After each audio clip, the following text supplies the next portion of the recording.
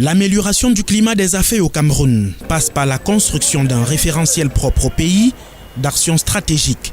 Les indicateurs de performance du Doing Business ne cadrant pas souvent avec les réalités du terrain. Notre environnement des affaires est effectivement sur une rampe de lancement, mériterait d'être mieux classé parce que si la performance dépendait seulement du classement, ma foi, le Cameroun n'existerait pas. Or, ce n'est pas ce que nous avons remarqué sur le terrain.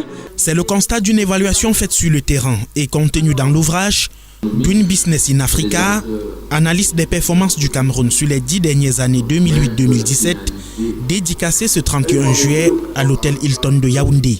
L'indicateur sur le climat des affaires affiche un score de 47,23 en 2017.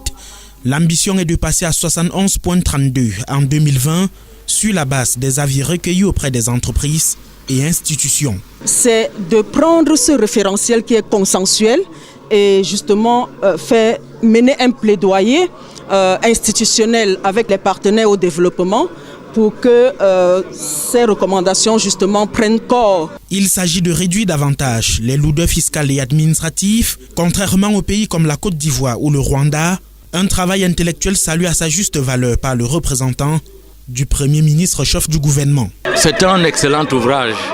C'est justement ce que le chef de l'État demande aux universitaires, de mettre la main à la pâte, de travailler sur le réel, sur l'économie réelle.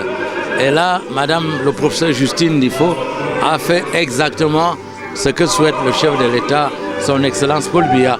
La dédicace de l'ouvrage du professeur Justine Difo Tuenkam, publié en français et en anglais, est couplée aux journées économiques de l'Observatoire africain de la pratique des affaires, dont elle est présidente du conseil d'administration.